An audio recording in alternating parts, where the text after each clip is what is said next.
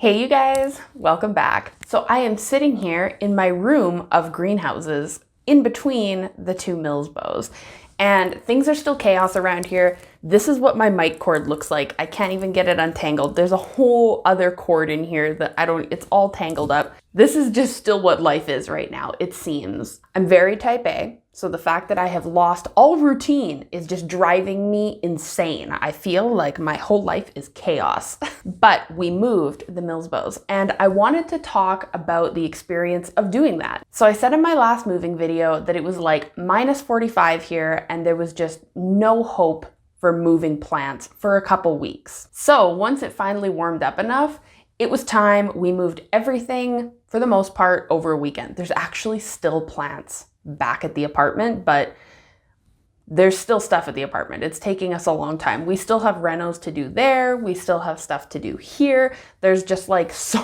much to do still. But how we moved these. In my tall Millsbow, I have in pegboard, accessories, the glass shelf, kind of everything in there. I removed everything that could be a fall hazard. So since the pegboards are screwed in, there was no point removing those. I left those. I removed all the accessories, shelf, all of that. This one had less accessories. Since all my tall plants are tall now, I've since removed the pegboard from the wide Millsbow. I still don't have it perfectly laid out how I want up here. I have a few new pots I want to try some stuff with, but the wide Millsbow didn't have too many accessories in it. Basically gutted them of everything, the lights, shelves, any of that. Put that off to the side, removed the doors. So just pop the pins out and pop the doors off. And reminder, don't forget where you put your door pins, because I found mine a few days later in the laundry. I think Andre had pocketed them. So it took a little while for them to turn up. And then in order to get them out of my apartment and into the vehicles, we used a dolly with those big cushioned wheels so that it would have less bounce, so that we could just get, without having to pull all the glass out, these downstairs safely. I'm sure 2 people and like being really gentle would have worked just as good, but the dolly worked great. Once we got them in the back, we kept them in like our truck. We have like an SUV, so the trunk, the seats can fold down, you know, it's kind of like a carpeted back. Laid down some blankets just to protect the glass, because if anyone has bought one of these secondhand pre-built, you'll know it rattles. Like as you're driving, the glass really, really rattles in there. So to try and prevent that as much as possible, A, removing the doors, and then B, laying it on some nice cushy blankets. And I will say the move of these was not that difficult. However, the rebuild took a long time. We couldn't find the doors. I couldn't find the pins. Like I said, it's chaos here. So all of these precious plants actually lived outside of the greenhouse in regular humidity for like 5+ days. And that's coming from my apartment that sat at a very high humidity. Not from any real additional humidity that I would add, just having 250 plants sitting with moist soil will do that to a small space. My apartment was usually around 50% humidity. This house is not 50% humidity. And I'll tell you what, I am suffering worse than the plants are. My skin is peeling. The plants, weirdly, adjusted really, really well. They were all out of their 80 to 90% humidity for, like I said, 5+ days. Didn't care. I really, really was concerned that they were going to have leaves die off, have major catastrophic problems while we were trying to hunt down these door pins. Like I was freaking out. The plants didn't care. So I am dried out from living in the house with the lower humidity. The plants, they did just fine. In fact, this one is still actually not even at where I want it for humidity. It's only sitting around 60% because I cannot find the fountain plug-in. Like I have this and I can't find the big base. Like I told you, it's chaos.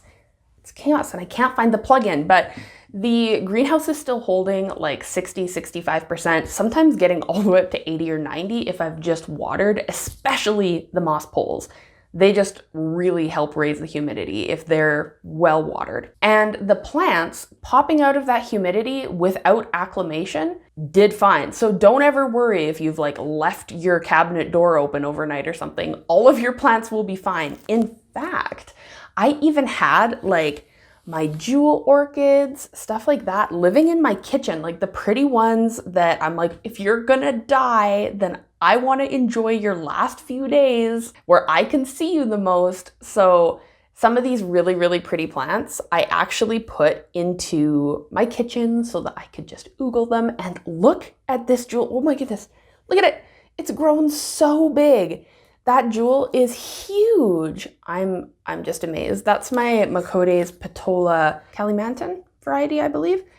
But everything did really, really well with no acclimation. So everyone did great except for my beautiful two-leafed Anthurium clarinervium. My shop, the entire logo, everything was built off of that clarinervium. So I had mentioned in the last video that it's like I hadn't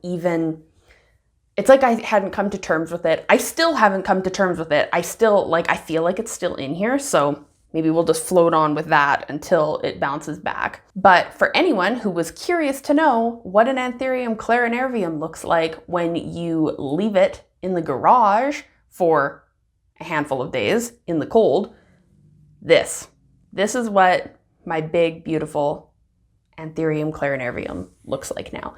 It looks terrible.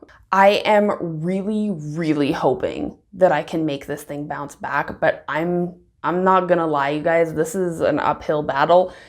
I'm still noticing more ends rotting off.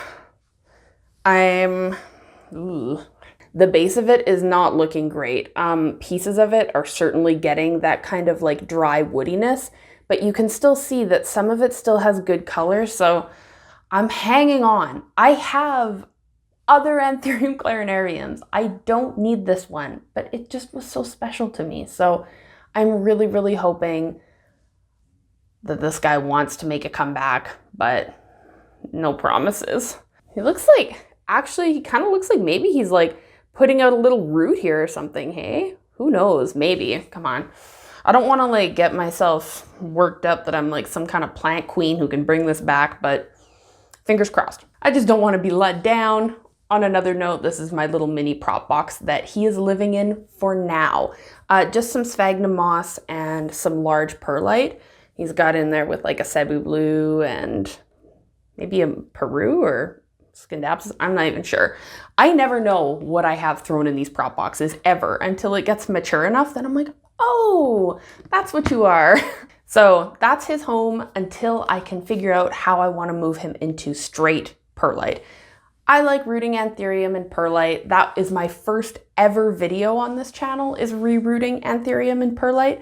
So he'll get moved there eventually, but for now, that's his little home. And I had no other casualties in these greenhouses, at least. To be honest, since the move, there are more casualties. Like, things have not adapted well to being moved or my shifting routine. I really had like a set routine, a set small space, and things now being everywhere and in new places, it's kind of messing me up. Like, I'm messing up for the plants. So while I get back into my routine, some of the plants are suffering a little bit. And I'll eventually give it a few more weeks and I'll do like a final who suffered the most in a Canadian winter move toll.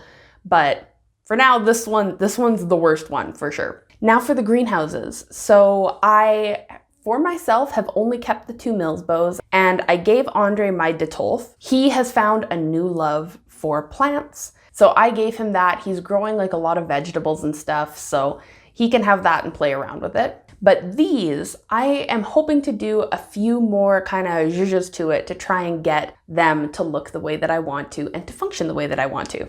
They have functioned amazing since I got them. My plants, always so healthy, so happy, just putting out tons of new growth. Truthfully, really, really great setup. The lights are great, Fans are great. Make sure you always have a strong fan. The fountains work amazing. Everything that I had originally used, I am still using. I don't really have any like wish I knews, really. The one thing that I would recommend, and I still do use predator mites, all of that. I love having a good, healthy ecosystem of bugs going on just so that I don't have to worry about the bad ones, because if you think that you are never going to have bugs, you are unfortunately mistaken, and it's fine. We're all gonna have bugs. So don't worry, it's not an embarrassing thing.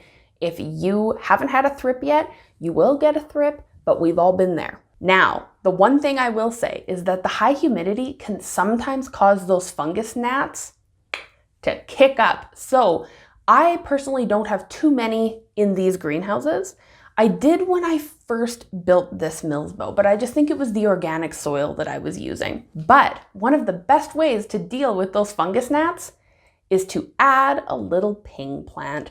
So these guys are awesome. They basically, you can actually see some of the fungus gnats on there. They just sit in your greenhouse and they're sticky. The greenhouse is the perfect conditions to grow these guys. Under the nice bright light, they remain nice and sticky so that the bugs will get caught to them. And this is a fantastic way to keep your greenhouses fungus gnat free, or at least keep the adult populations in check. Mosquito dunks are another great way, but we can go more into detail all about fungus gnats in a video eventually. But for your greenhouses, if you have a problem, fungus gnats everywhere, pick yourself up a nice little ping. They do a really great job. Plus, it's just another plant. This guy lives in Andre's greenhouses downstairs, but we have a few pings around just because they're so handy. If you have like a plant that you've purchased that just had some gnats in the soil and now you've got gnats flying around, these work great. And apart from that, this room has still not all come together. It's still chaos. Like there is a lamp laying in the middle of the floor. It's chaotic in here. But the greenhouses will live here for now while this room is kind of a free room. And I'm gonna play around with them to make them as pretty as possible again. So I guess that I will end this video here. If you guys have any other questions in particular about moving them here, or really anything, just let me know, drop the questions down below. I will be so happy to answer them. And as always, thank you guys again so much for watching, and I will see you in the next one. Bye, you guys.